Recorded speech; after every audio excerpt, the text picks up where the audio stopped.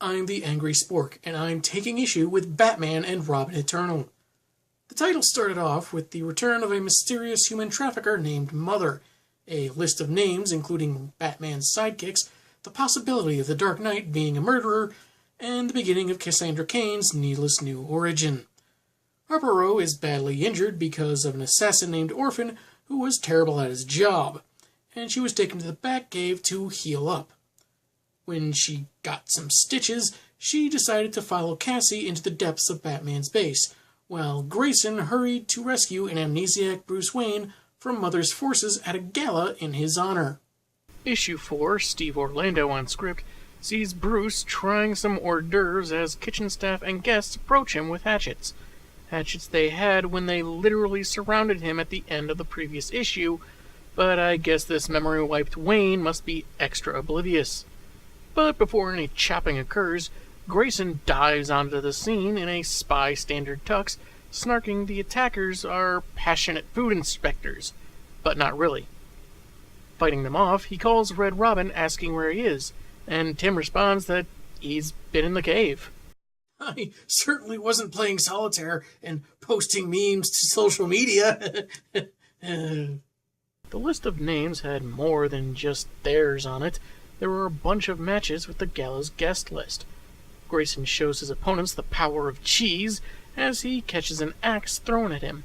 He boasts about his proficiency when it comes to the impalement arts given his circus upbringing, but he's seriously about to be overwhelmed. Thus we have the arrival of Duke Thomas and his team of Robins, having disguised themselves as the Help. If you're unfamiliar with Duke, he's a character that was introduced in Scott Snyder's Zero Year, and has since become another ally to the Dark Knight.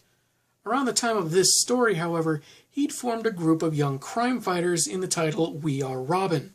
The premise wasn't bad, but numerous factors kept me from trying it out myself, like my ever-dwindling trust in DC Comics. Case in freaking point. Giving the order to protect Wayne, young Mr. Thomas's team and the assassins duke it out, as the secret agent displays some bewilderment at the existence of such a group. Tim reconnects, saying there's interference on the comms.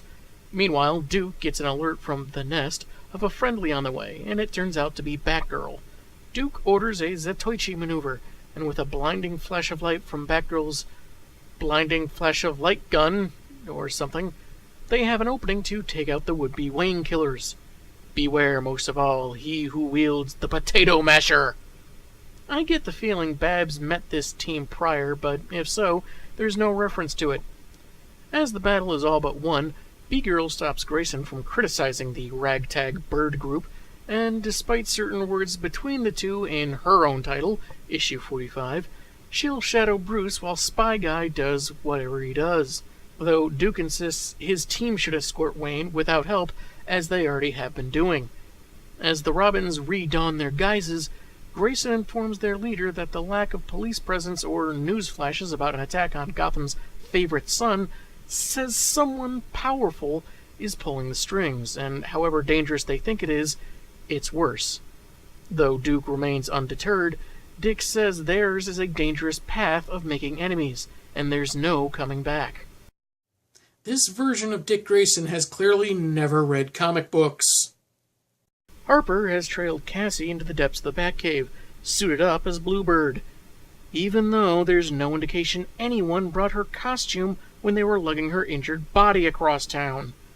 Of course, being an Eternal book, there has to be someone bragging about how great Harper Row thinks Harper Row is, and in this case, it's how she has the advantage with the high ground, using some kind of winch that would have to have been in place before her arrival to be an advantage, and since she's never been in the cave before, it's ludicrous that she'd be able to use it so effectively in an instant, but hey, that's bad writing for you.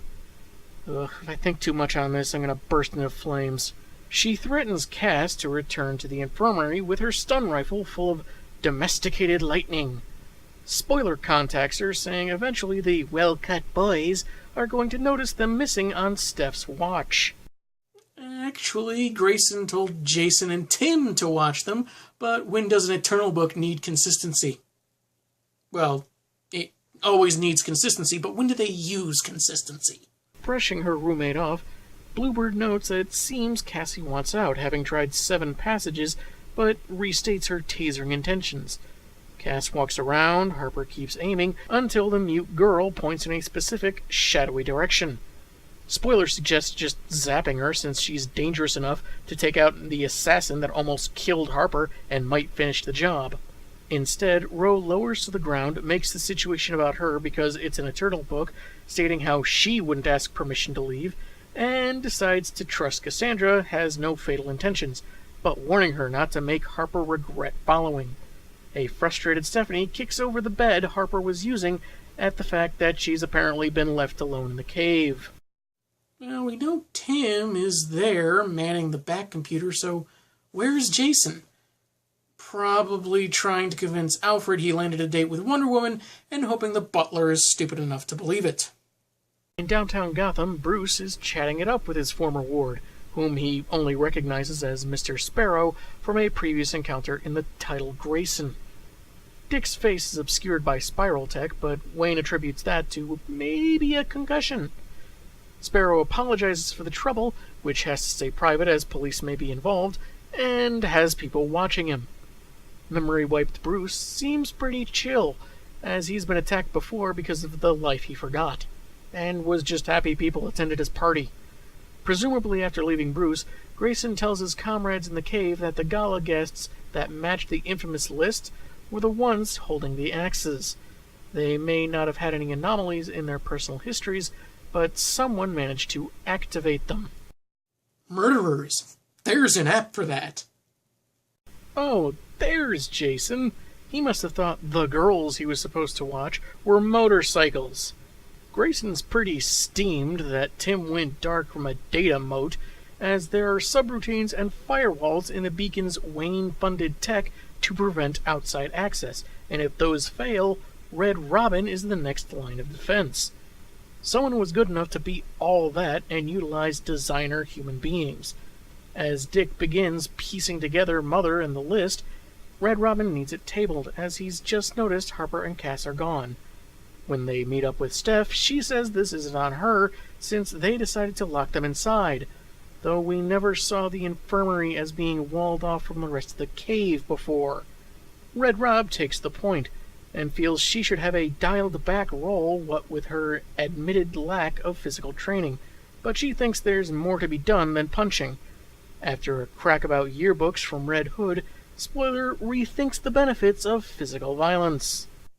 Well, this exchange did feel very Stephanie Brown-like on her side of the back and forth at least, though the Eternal books have a way of making her do very stupid things to overshadow whatever little reminiscent dialogue they've given her. Only a matter of time. Grayson once again decides to go dark. It's risky, but he decides it's past time for answers, which he intends to get from a house with the name Drake on the mailbox. Red Hood doesn't want to be blamed for losing the missing girls, and Steph says it's more about finding them. She says something as Tim activates a holographic cell phone. Seems pretty superfluous, since he can just communicate through his gauntlet anyway, and says, "Hello, Mother." Ominous, but hey, what did Steph say? Something about Harper not being rational and Cassandra's barely a person. Screw you, comic! I know I just said it was a matter of time before Stephanie was devolved, despite her fun dialogue, but I didn't think it would be this soon. Pre-Idiocy 52, Steph and Cass didn't really like each other that much at first. Theirs was a friendship that grew over time. But I don't remember Stephanie ever questioning or insulting Cassie's humanity after knowing her for 5 minutes. As if the fact that she doesn't speak very much means that the default for these alleged heroes, these previously idyllic and iconic figures, was to treat her like some kind of subhuman moron.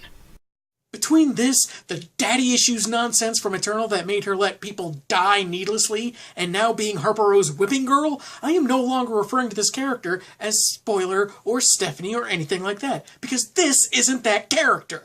Henceforth, she will be called Spoiler Alert, a similar but dumber name for a similar but dumber clone of the character we'd rather read about. So again, I say screw you comic, screw you writers and editors, and screw you heads of DC Comics for enabling this idiocy. Orlando's still on script for issue 5, which starts several years ago as Batman and Robin stake out a church near Scarecrow's old apartment, the latter of which is crawling with cops.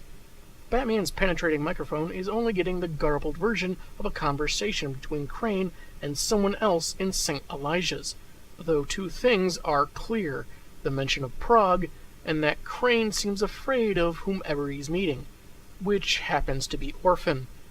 Maskface isn't thrilled with the attention Scarecrow makes for himself, but the doctor says it's that kind of word of mouth that fuels him. But this is about more than his straw-strewn alter ego. Orphan talks about taking life to change life as he breaks a capsule off his mask, tries to be poetic about being a killer, I guess, then uses flints on his gloves to burn papers he was holding, which seems to upset the bespectacled villain. Scarecrow's caused too much noise and thus a delay. Indignant, the Shrink insists that if Orphan still wants the fear gas that keeps him lucid, the killer will take him to Prague. Better than dealing with the TSA. That's when a younger Cassandra exits a secret passage from the belly of the St. Elijah statue, holding a blade to Crane's throat. Orphan says they'll go to Prague, but on someone else's order. He realizes they've been compromised, and that's when the dynamic duo crash into the 2-page title spread, stained glass falling like it was raining sharpened, rejected Jolly Ranchers. But in the 3 seconds it took them to jump the alley, their targets have vanished from a locked room. As the obvious answer is seen behind Robin, they don't know how they escaped, but they know where they're headed. Quickly, Robin, to Frog! You mean Prague? Prague! That's what I said. I said Prague. Why wouldn't I say Prague? Shut up. In the here and now, Grayson has activated his Hypnos, the free trial of which he still has 7 more uses left. I'm sure that's funnier to someone who reads the Grayson solo title. And knocks on the Drake's door in Bristol County. Posing as a solicitor for the Children of Medora, his honest face gets him inside and the conversation turns to Tim. Janet mentions that he died a few years back in a car accident, and when Dick goes so far as to ask for a death certificate, Jack weirdly talks about how their boy was everything they wanted, and when they thought they'd been waiting too long, he just arrived.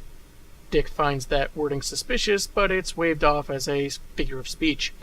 That's when Poppy arrives at the door, brandishing an energy axe with a human hand in the hilt. Man, Jehovah's Witnesses are getting more aggressive these days. Cass kicks in the door of St. Elijah's, which Harp exposits is now being developed by the Order of St. Dumas. Foreshadowing! Since one of those characters doesn't talk, Bluebird insists on supplanting enough dialogue for 2 people, as she wants to know why they're busting in, especially since she chose not to shoot Cass against her better judgment. Does this comic seriously expect me to believe Harper is capable of better judgment? Anyway, she's weirded out and reiterates to Cass not to make her regret tagging along, because redundancy is so much fun, I guess. As Rose says she wants to know why they're there, Cassie leads her by the wrist to the St. Elijah statue as its belly opens, and out pops a bouncing baby Orphan, who somehow managed to headlock Cassie and toss her aside. Why? Lemmings don't ask why.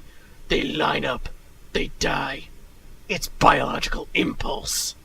A common misconception, but actually not true.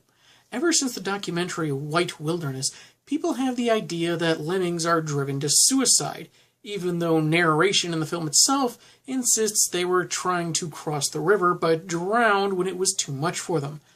Turns out the film crew used a rotating platform to force the lemmings over the cliff. Thanks, Disney. Bluebird is shocked to see her would-be killer, who mentions Cassie did the right thing by bringing the girl back to him. Back at the Drake household, Poppy had apparently tracked Grayson through his Hypnos and decided to take him out using a Ronal multi-weapon from something called the God Garden. Again, probably something familiar to Grayson readers. Janet mentions that Tim prepared for people coming after them, so she speaks a code word that changed the house into something more Jetsons chic, as the AI says it will invigorate the human snares. This comic doesn't feel comfortable going for 2 whole pages without Harper O, so we jump back to the church, where Orphan is saying Cassie wasn't someone new for her to help or be trusted, and Bluebird attacks, only to be tossed aside. You die either way. You don't need to help the process.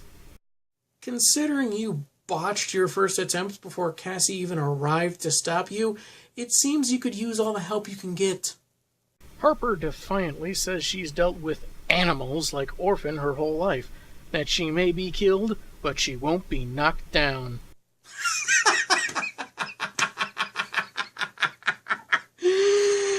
Okay, first off, no, you have not been dealing with assassins your whole life.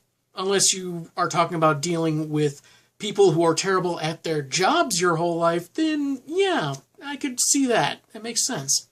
Second, it may sound like an inspirational line, what she just said, but the more you think about it, the sillier and more nonsensical it sounds.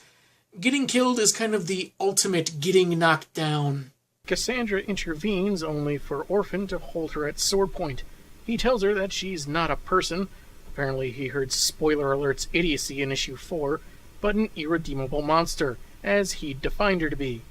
Rose suspects something, which feels like a leap. How would Orphan know? We've been given 0 sign Harper suspects anything about anything. Oh, right, because she's built on other characters noting how awesome she is, rather than her actually doing anything.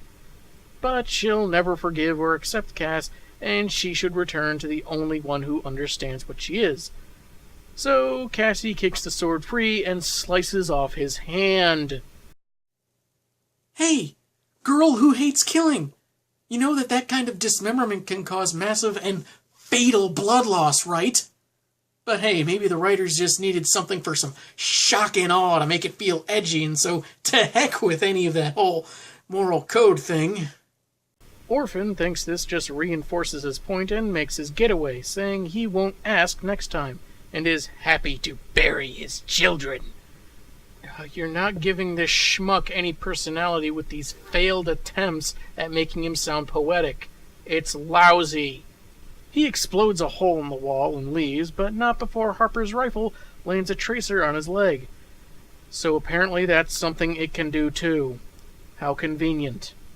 Bluebird tries to console Cassie, who apparently is reeling from Orphan's claims. And if Harper was a better character, this scene might actually be meaningful. Grayson and Poppy try to have a civilized fist fight inside a robot house trying to kill them, so he headbutts his former partner and takes her outside for spiral pickup. That's when a very upset Red Robin arrives.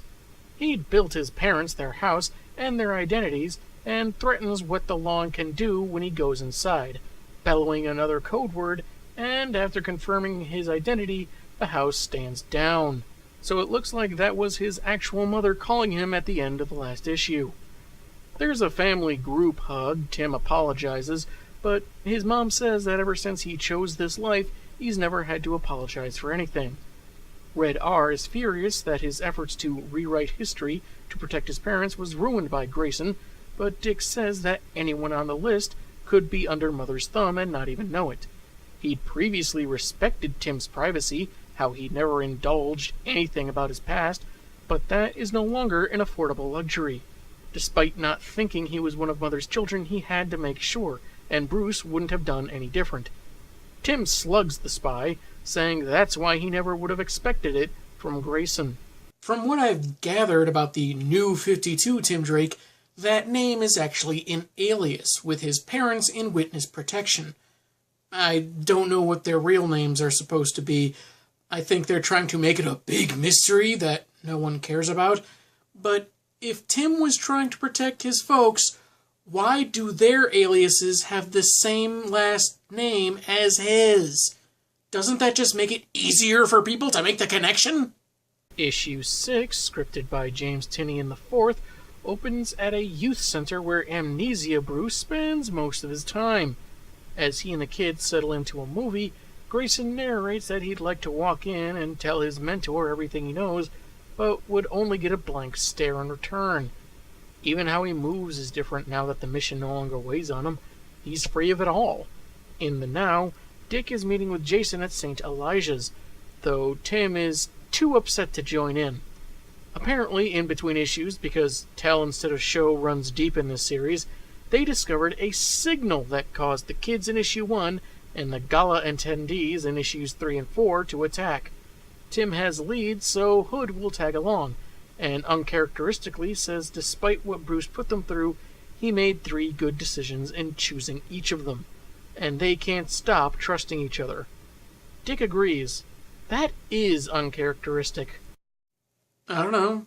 Jason's probably the only one that thinks he was a good decision.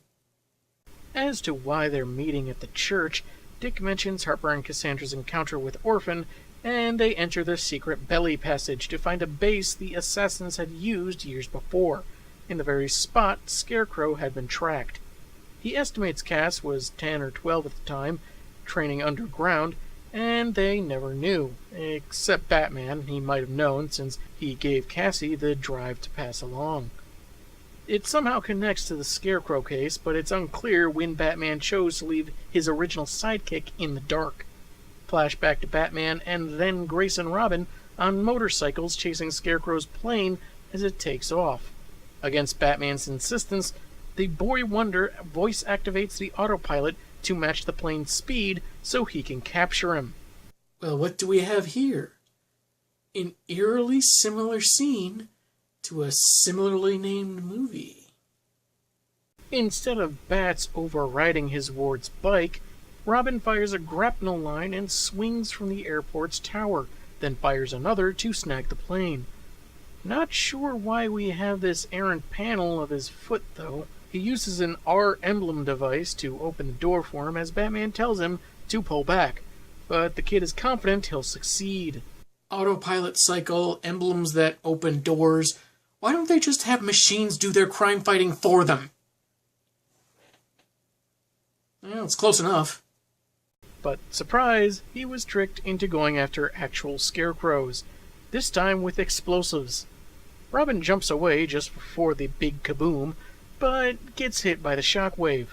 Fortunately, Batman catches him with the Batplane, though it looks like that'd still hurt, maybe even bust a few bones, if not outright kill him. Later in the cave, Kid Grayson is venting on some other Scarecrow dummies. He picked the plane they pursued, and he failed to fall back as ordered, but promises Batman that he won't screw up again.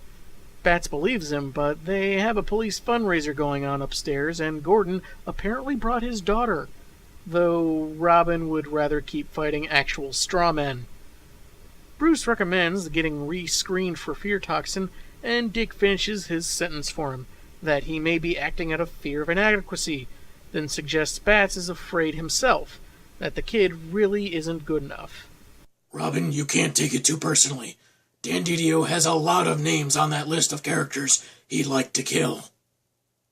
Actually, that's not all a joke.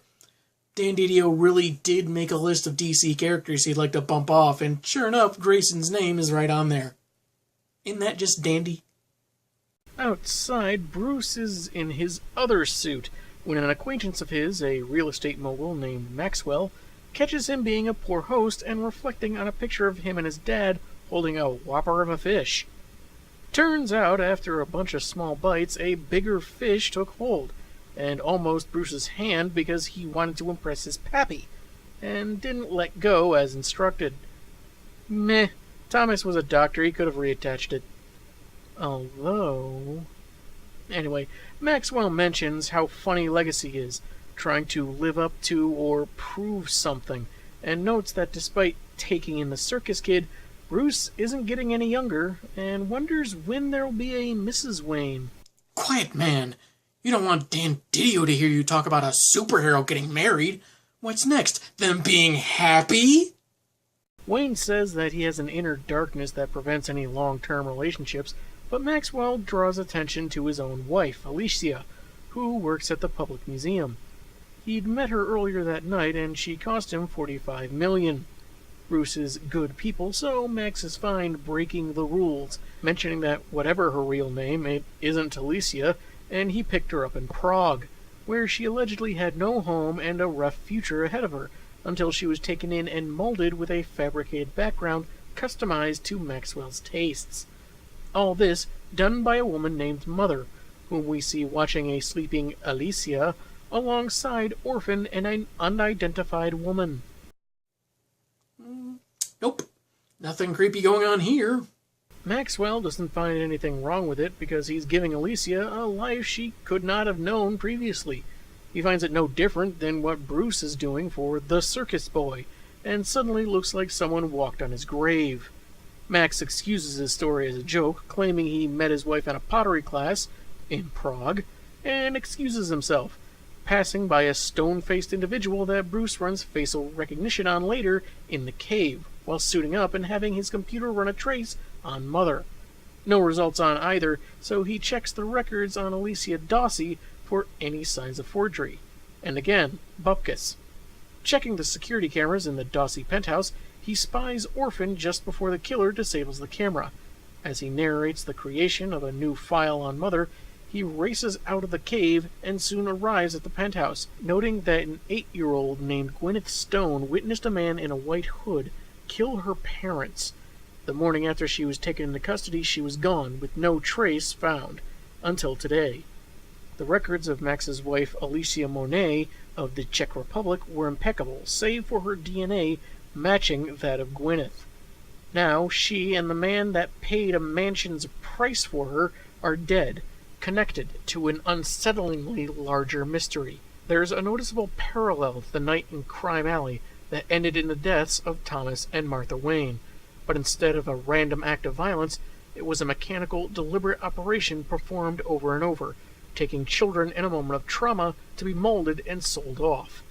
Batman mentions trophy wives and politicians as some of the shapes these children are made in, but he's only encountered the trophy wife so far, so what made him jump to politician? He figures maybe the killer in white might have been who Scarecrow met with, and he did detect fear toxin in the air, but can't be sure of anything. Further, he wonders if what Mother is doing is all that different from what he's done, taking in a teen acrobat and letting him fight crime. Here is where the potential for this story comes into play. Batman seeing a darker mirror of his own actions and wondering if he's really any different. After Eternal's potential was a little lackluster at the end, I'm not holding out much hope, but maybe this book will surprise me. Bats wonders what Grayson would have become without him, if perhaps the Dark Knight is enforcing his will on another, and maybe telling his young charge about this new mystery would reveal Bruce to be the same kind of monster as Mother. He wakes up the kid, calling him to the cave, and says he can sleep more on the plane to Prague. Dick apologizes for earlier, that he was frustrated over falling short of being the Robin Bats wants him to be. Bruce tells him he didn't, and they have work to do. Well, instead of killing people, he's reassuring his sidekick that he isn't a disappointment. Guess that's kind of a stark contrast to Mother right there. In the present, Grayson tells Red Hood that he always felt Bruce was hiding something, which he always was, but going to Prague was what really shook things up, and that's where he needs to head now. Harper and Cassandra are situated in an apartment Dick keeps under a false name for their safety, but Jason notes that kind of thinking from Bruce got the ex-Nightwing into their current mess.